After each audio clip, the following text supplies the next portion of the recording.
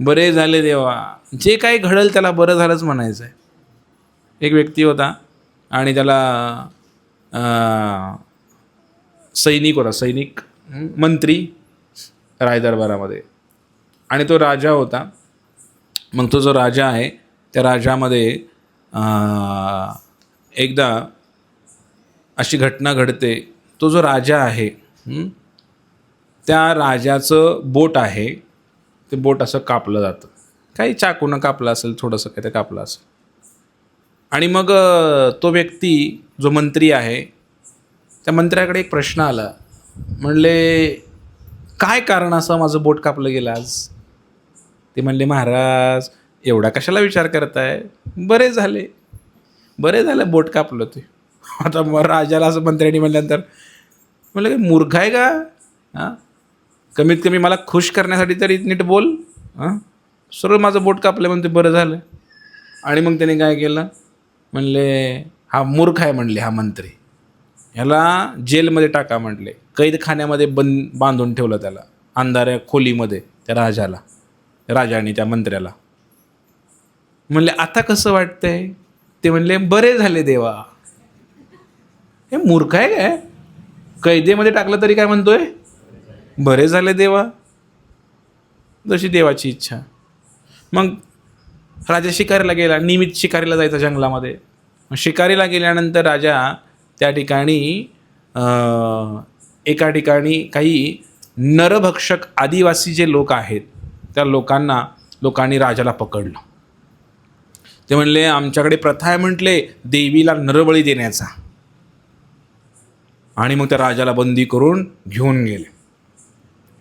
आणि त्यांना आंघोळ घातली आणि देवी पुढे तलवार घेऊन त्याचं मुंडकं उडवणार त्या राजाचं. इतक्यात एक व्यक्ती म्हणला, थांबा. म्हणले, काय झालं? म्हणले, याचा बळी दिला जाऊ शकत नाही. म्हणले, का? कारण ह्याचं बोट कापलेलं आहे म्हटले, आणि ज्याच्या अंगावर जखम आहे असा व्यक्ती नरबळी चालत नाही म्हटले देवीला.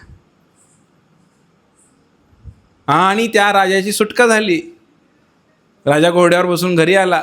पहिले जेलमध्ये गेला, कैद्याला, मंत्र्याला सोडवला. म्हणले, काय झालं? म्हणले, महाराज बरे झाले. म्हणलं, बोट कापलं ते हे तू खरंच बोललं. म्हटलं, बरं. म्हणले, आता माझं बोट कापलं, माझं बरं झालं. म्हणले, पण तुला विनाकारण जेलमध्ये राहावं लागलं, हे कसं बरं झालं? माझ्यामुळं थोडा वेळ तरी, एक दिवस तरी तुला जेलमध्ये राहावं लागलं की नाही? तू काय म्हटलं, आता बरे झालं जेलमध्ये राहायला मिळालं. महाराज म्हणले, अहो बरंच झालं म्हणले, कारण प्रत्येक वेळेला शिकारीला मी तुमच्याबरोबर असायचो म्हटले. तुम्हाला पकडल्यानंतर मलाही पकडलं असतं म्हणले त्या आदिवासी लोकांनी, आणि तुमच्या बोटाला लागले म्हणून तुम्हाला सोडून दिलं असतं, पण मी खणखणीत आहे, माझा बळी गेला असता म्हणले. त्यामुळं एक रात्र जेलमध्ये काढली मी, तुमच्याबरोबर आलो नाही, बरे झाले देवा. येतंय का लक्षात तुमच्या? म्हणून काय म्हणायचं, बरे झाले देवा. दुकान बंद पडलं, मोठ्याने म्हणत नाही तुम्ही, काय प्रॉब्लेम आहे? दुकान बंद पडलं, शेतीमध्ये नुकसान झालं,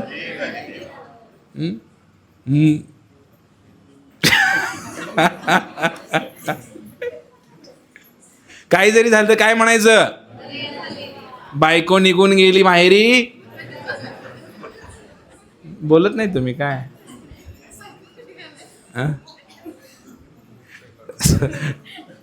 बरे झाले देवा. हॉटेलमध्ये खायला संधी भेटली. स्वयंपाकाचं काय तर आजकाल काय राहिलं नाही तसं. सांगण्याचा उद्देश होता मंडळीनो, की प्रत्येक गोष्ट बरी झाली हा एक मंत्र आहे, मंत्र. याचं सुद्धा चिंतन नेहमी केलं पाहिजे. असे कसे झाले देवा असं नाही म्हणायचं. काय म्हणायचं, बरे झाले देवा म्हणायचं. आणि खरंच मी माझ्या जीवनामध्ये सुद्धा याचा साक्षात्कार करण्याचा प्रयत्न करत आहे. कधी कधी असं वाटतं, अरे असं कसं काय झालं, वाटतं जीव आहे, असं कसं काय झालं, असं कसं काय झालं. लगेच त्या मनाला सांगतो, नाही बरे झाले, बरे झाले देवा, बरे झाले देवा, बरे ठीक आहे, ते झालं ते भगवंताची इच्छा, ठीक आहे, असू द्या, चांगलंच आहे, चांगलंच आहे, चला पुढे चला. हरे कृष्णा कृष्ण कृष्ण हरे हरे राम राम राम. मनोनी सांडा दोणी